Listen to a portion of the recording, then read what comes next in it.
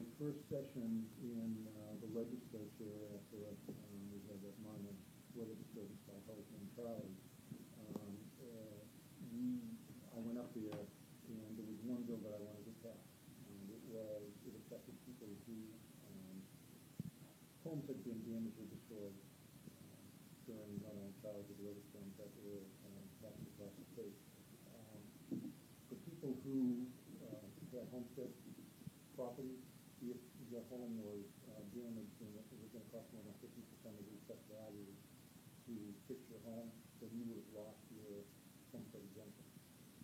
And I remember filing that bill and having a fight with the chair of the Tax and Finance and Taxation Committee because he didn't understand the implications. He didn't understand how that would impact people not only in Central Florida but across the state.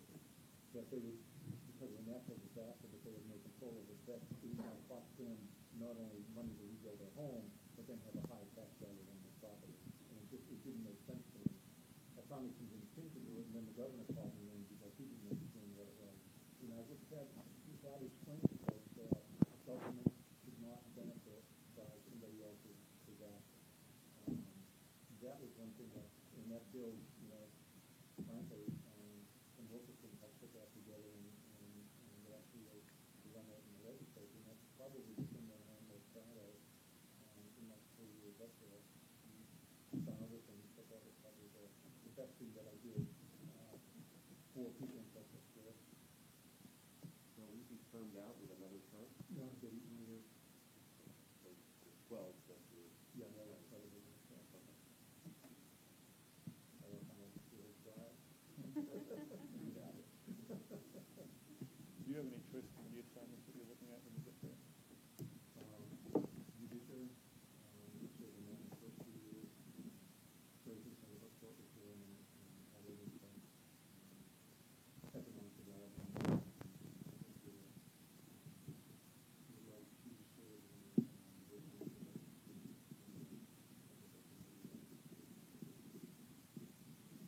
what's going on. I don't know that much about the resources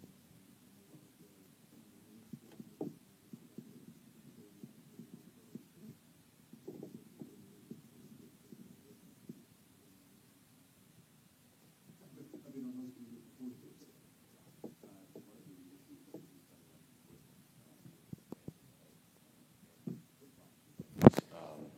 And right now, it's only allowed, as you know, in Broward County and in Miami-Dade counties.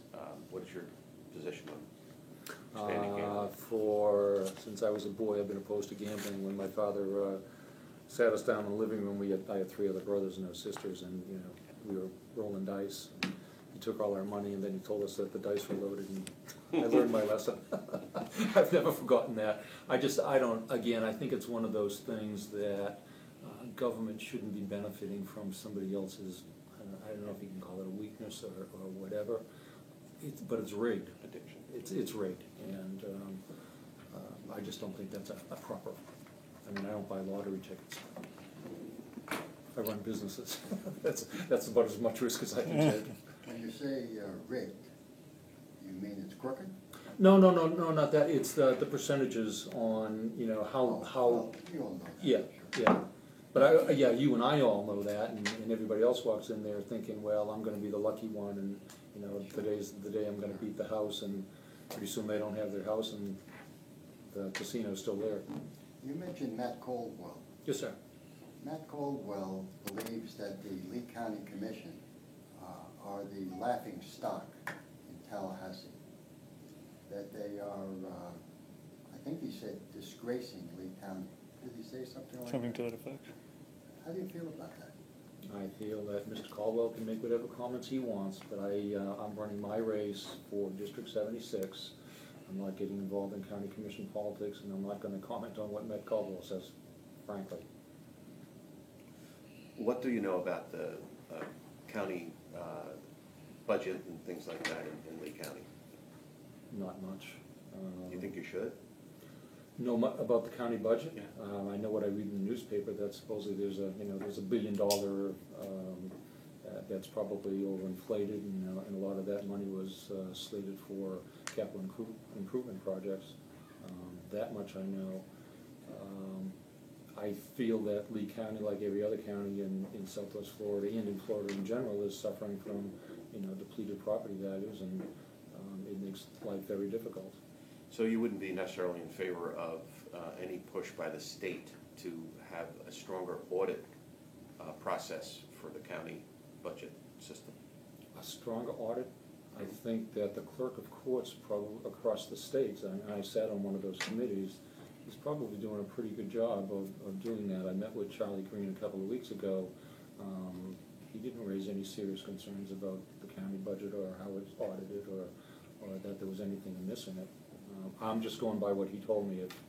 If he's the county auditor like he is, like the clerk of courts is in every other county, then I would have thought he would have raised a red flag and he would have been yelling in your ear a long time ago. He actually has been. Related to county-state issues, we've heard for many years that the state imposes unfunded mandates. That currently the counties association, Florida Association of Counties, is suing the state regarding the Medicaid payments, and also there's been the issue of the pension payments for state employees. How should the ideal relationship between legislators and the county commissioners be? And do you believe in a, with regard to unfunded mandates, is that a myth or is that a reality from your experience, your past experience in the legislature? It's probably, there's a little bit of truth in it, that I think that the state, when it doesn't have the tax revenue it wants or needs or thinks it needs from sales tax revenue, tries to push those costs and those down onto the counties. And I think the federal government does that to the state. I think our forefathers, for whatever reason, decided that we were going to have divided government, and there was always going to be that tension. So you ask, what is the ideal? The ideal is that there is always going to be a back and forth bickering between Fed and state elected officials, and conversely between state and local officials. That's just the way it is. And I think if you probably looked even closer, that there's probably some dispute between the mayors of cities and county commissioners. It's just, it is the way it is. Is it the most efficient way to run a government? No, but it certainly breaks up the power. There is no ideal. Well, there's certainly some issues that have come up over the years regarding the issue of who has the authority to set what ordinances, whether it's about guns or whether it's about fertilizer ordinances or other things like that. Counties have complained that while charter counties like Lee County and some others want more local control, that this state is looking to impose a one-size-fits-all in every single county in the state. What's your philosophy on that? It depends on the issue, quite frankly. There are some issues that have an economic impact that statewide, that I think the state needs to step in and say, hey, listen, here's the minimum standards for everybody, whether it's fertilizer, water, or whatever, so that you don't have a hodgepodge of, I run an ambulance service, for example. Should there be a different regulation in every county, as to what equipment I carry, what the training level should be? Or should that be a statewide mandate that everybody knows what the minimum standards are, and that's all that there is? I guess to me it depends again on the issue. Should there be a minimum sales tax across the state? Yeah, obviously 6%. We give the counties the right to raise another 1 or 2% depending on which county it is, if their citizens choose to do that for their local needs. But everybody sort of knows where things are going. Regarding the fertilizer ordinance, I don't know where that's all going to end up. I know that there's every county has it seems, or every political jurisdiction has a different ordinance. It makes it really difficult if you're in the fertilizer business, either a manufacturer or an applicator, to know what you're supposed to do in any particular political jurisdiction. I agree that there needs to be some minimum standards, and there obviously needs to be some way of making sure that the environment is protected. How that all happens, whether it's the state level or the local level, it's a battle that's still being fought.